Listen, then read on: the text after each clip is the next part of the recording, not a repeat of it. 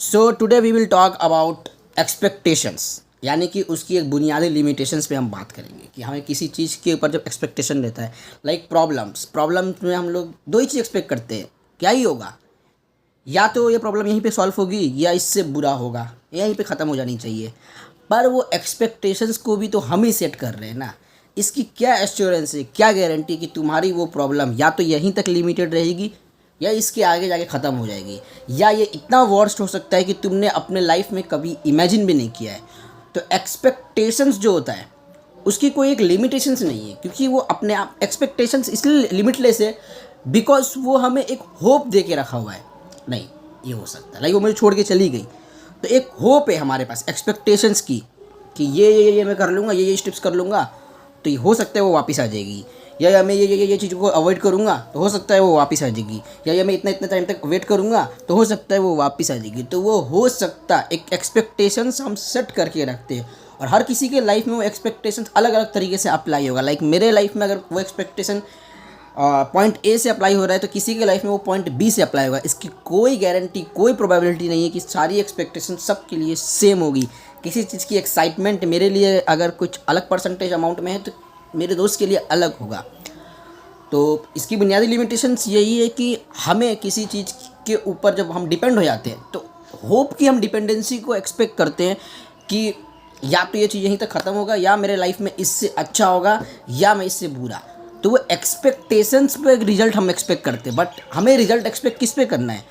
हमारे regardless of expectations, हमारी working capability पे, हमारे स्किल मैनेजमेंट पे, कि अगर मैं उसके लिए वेट कर रहा हूँ तो मैं वेट किस दायरे में कर रहा हूँ, मैं वेट किस अमाउंट में कर रहा हूँ, कि जस्ट मैं वेट कर रहा हूँ वो आ जाएगी, या जस्ट मैं कोई चीज़ एक्सपेक्ट कर रहा हूँ कि मैं अपनी लाइफ में ये चेंज कर दूंगा तो वो आ जाएगी। नहीं, अगर वो एक रीज़न से मुझे छोड़ के गई है तो वो रीज़न को पहले मैं उठाऊंगा और उस रीज़न को मैं देखूंगा कि क्या ये वैलिड रीज़न है या बस वो एक बहाना क्रिएट करके गई है। अगर वो बहाना क्रिएट करके गई है तो इसका मतलब कभी उसको आना ही नहीं था मेरे साथ, कभी उसको रहना ही नहीं था।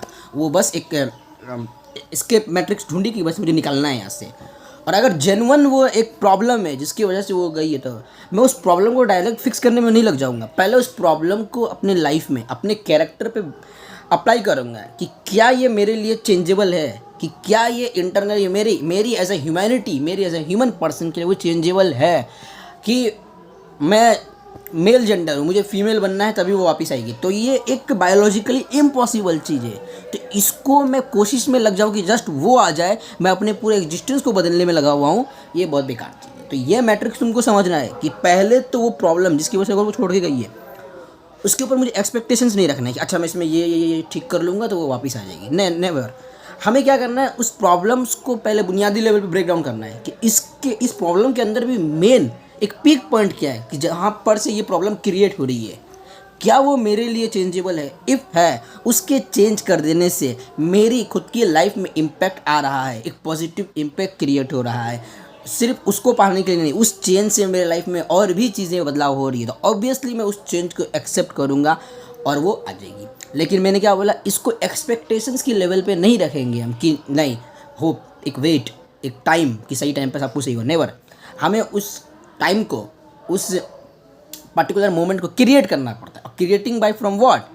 खुद को वहाँ पर इंडल्ज करके, खुद को इन्वेस्ट करके, ना कि अपने थॉट्स को इन्वेस्ट कर दिया कि बस मैं एक एक्सपेक्टेशंस लेकर बैठा हूँ, लाइफ में सक्सेसफुल होऊंगा, एक दिन हो जाऊँगा, मैं रोज़ की 10 वीडियो अपलोड करूँगा या रोज़ की एक वीडियो से अपलोड करूँगा, 6 महीने में यूट्यूब से मैं इतना इनकम अर्न करूँगा। वो मेरी एक एक्सपेक्टेशंस है जिस पर मैं रिजल्ट एक्सपेक्ट कर रहा हूँ, जिस पर मैं रिजल्ट चाह रहा हूँ कि मिलेगी। बट मेरी एक्सपेक्टेशंस को मैंने कभी भी अपने एक्चुअल वर्किंग कैपेबिलिटी से रिप्लेस ही नहीं किया। मैं एक्सपेक्टेशंस एक होप होता है कि क्या ये अचीवेबल है, हाँ ये अचीवेबल है तो ठीक है, मैं उसको वहाँ तक रख दिया। अब उसके रिगार्डिंग मैं रिजल्ट को एक्सपेक्ट नहीं करूँगा। मैं रिजल्ट किस पे एक्सपेक्ट करूँगा कि मुझे अगर ये एक्सपेक्टेशन पे पहुँचना है, मुझे इस होप पे पहुँचना है, तो सबसे पहला रूल क्या है कि मैं इंटरनली इसके लिए कैपेबल हूँ, यस कैपेबल हूँ।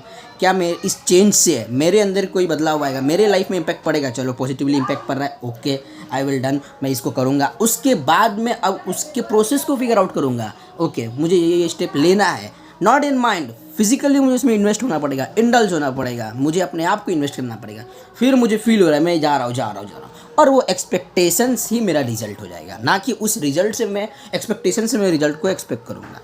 तो यही है कि एक्सपेक्टेशंस की कोई लिमिटेशंस नहीं होती, वो हमेशा एक बियॉन्ड लिमिट जाएगी, क्योंकि वो हमें एक लूप में फंसा के रखती है और हमें उसमें मज़ा आता है कि इफ़ अगर वो मेरे को छोड़ के चली गई, एक रिवेंज रहता है माइंड में, मुझे उससे बदला लेना। ये नेवर, हमें एक्सपेक्टेशंस को कभी रिजल्ट से कन्वर्ट ही नहीं करना है। Expectations is always what a result should be. वो एक रिजल्ट है मेरे लिए और मुझे उसके लिए अपने आप को वर्किंग करना पड़ेगा। That's it for today.